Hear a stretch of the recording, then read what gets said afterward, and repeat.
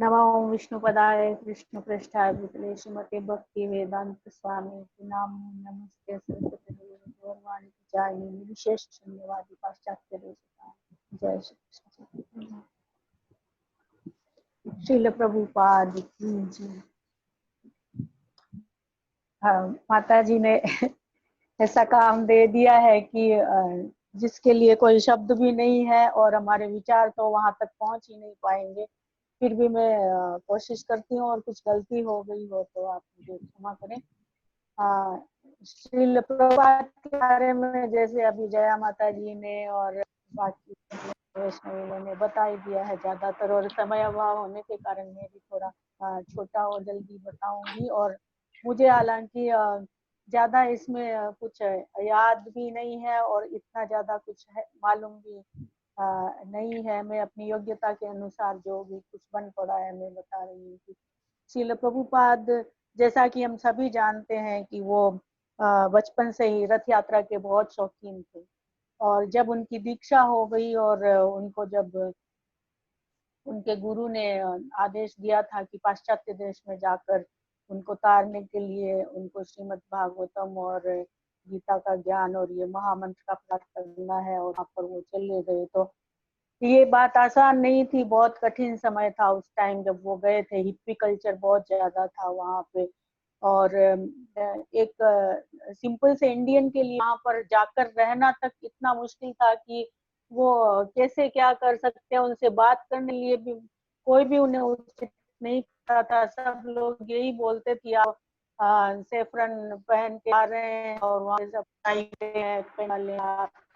चलने वाला नहीं है वहाँ पर। लेकिन उन्होंने गुरु महाराज की आज्ञा विरोध करके और पक्का विश्वास लेके चल रहे, और उन्हें न्यूयॉर्क में जाकर उनके पास जब कोई गए नहीं थे रहने के लिए, पार्क में नीचे पेड़ों के नीचे वो अपना कीर्तन करते थे और लोगों को आकर्षित करते थे। धीरे धीरे उन्होंने पर भक्त भी आए और दीक्षा भी दी। तो उनको जैसा हिप्पी कल्चर वहां पे था, वो हिप्पी लोग तो सब सिगरेट का धुआं उड़ाने वाले और ड्रग्स लेने वाले, नशा करने वाले, पार्क की बेंचों पे बैठकर नशा करना और अपने पाश्चात्य संगीत में झूमना और वहां पर बाद में थक कर सो जाना, और प्रभुपाद की वेशभूषा और उनके कीर्तन का और सबका हंसी मजाक करना। तो इतना तक मतलब उन्होंने सब सहन करके फिर भी वो अपने कार्य में लगे रहे कि कभी न कभी तो कहीं न कहीं कुछ ऐसे लोग भी हैं ये कि कोई न कोई इसमें मेरे आंदोलन में जुड़ता जाएगा। उन्होंने वहां पर अनेक तरह अरे की रुके ना, बढ़ा तेरे के अंदर वो चंचल जगह तू बहुत उसमें पासवर्ड अपमान डाल भी तेरे सहन देश किया। के दूंगा जैसे मगर कि वो लोग पासवर्ड उनकी हंसी उड़ाते थे कि अभी अरे चंचल ये स्वामी नहीं जी क्या तेरे अपना पजामा बदलना भूल गए क्या, क्योंकि वो सेफरन धोती और वो सब पहनते थे। तो प्रभुपाद हर तरह की मतलब इस तरह की जितनी भी बाधाएं थी उनको निकाल कर आगे बढ़ते रहे। और एक बार ऐसा हुआ कि वो मॉन्ट्रियल में 1968 में थे। तो वहां पर वो सोच रहे थे कि क्योंकि वो 3-4 दिन से ज्यादा कहीं भी रुकने का समय उनके पास था भी नहीं, तो वो बोल रहे थे कि अपने शिष्यों को, और बोल रहे थे कि वो अब यूरोप में जाकर प्रचार करना चाहते हैं। तो वहां पर उनकी एक शिष्या थी अन्नपूर्णा जिनका नाम था, और उनका उनके पिता लंदन में रहते थे। तो उन्होंने उनसे मदद मांगी कि क्या तुम्हारे आपके पिताजी जो है वो हम वहां पे जाएंगे तो हमें वहां रहने के लिए स्थान दे देंगे, क्योंकि प्रभुपाद के लिए तो पूरा संसार अनजान था, कोई भी कहीं भी कोई कांटेक्ट नहीं था।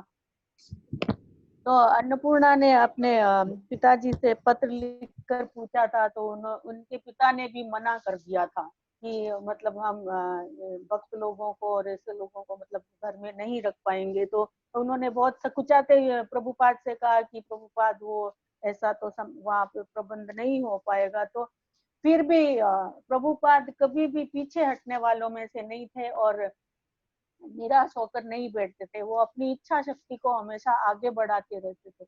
तो उन्होंने बोला कि ऐसा कुछ भी नहीं है कि कोई भी भक्त कुछ करना चाहे और वो कर नहीं सके। तो उन्होंने अपने जितने लोगों को वहां पर वो पहले से अपने भक्त लोगों को भेजकर और वहां पे व्यवस्था करवाना चाहते थे और थोड़ा प्रचार करवाना चाहते थे। तो उन्होंने बोला कि ठीक है, जैसे मतलब किसी को एक तुम्बा मिल जाए और एक दंड मतलब लकड़ी मिल जाए और एक तार मिल जाए, ये तीन चीजें भी मिल जाए तो कितनी मतलब एक वीणा बन सकती है और उससे कितना मधुर संगीत आ सकता है। तो हम अगर कुछ भी करना चाहे तो क्यों नहीं कर पाएंगे। तो इस तरह से वो सबको हौसला देते थे और पथ प्रदर्शन करते थे कि किसी भी बाधा को बड़ा मत समझो, उस काम को चुटकी में बजाते हुए अपने मन में इतना हौसला रखो कि तुम करने निकल पड़ो और गुरु की कृपा से और कृष्ण की कृपा से अपने आप वो रास्ता साफ हो जाए और हम अपने मंजिल तक पहुंच सकें। तो इस तरह से प्रभुपाद के जीवन से हमें अनेक शिक्षाएं मिलती है जो हमें ग्रहण कर चाहिए। और प्रभुपाद की जो उन्होंने आर्मी बनाई है कृष्ण भावनामृत संघ को आगे बढ़ाने के लिए, जैसा उन्होंने कहा था कि आगे के 10,000 साल तक भी मेरी पुस्तकें जो है वो चलती रहेंगी और कि कृष्ण भावनामृत संघ ये आंदोलन चलता रहेगा। तो श्रील प्रभुपाद हमें भी आप ऐसा आशीर्वाद दीजिए कि हम आपके बताए हुए मार्ग पर आगे चल सके और आपकी इस सेना हम एक छोटा रोल भी है।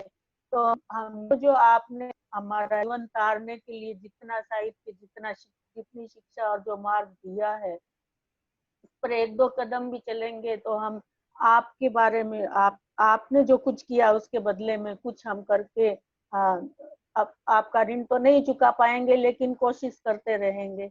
क्योंकि समय होता जा रहा है, आगे क्लास भी है अपनी। तो अभी इतना ही करके मैं श्रील प्रभुपाद को प्रणाम करती हूँ, उनके चरणों में कोटि कोटि प्रणाम और उनका आशीर्वाद हम सबको मिलता रहे और मुझ जैसी किंचित को भी वो अपना ये ज्ञान थोड़ा सा दें कि मैं इस जीवन का उद्धार कर सकूं और इस पथ में आगे बढ़ सकूं।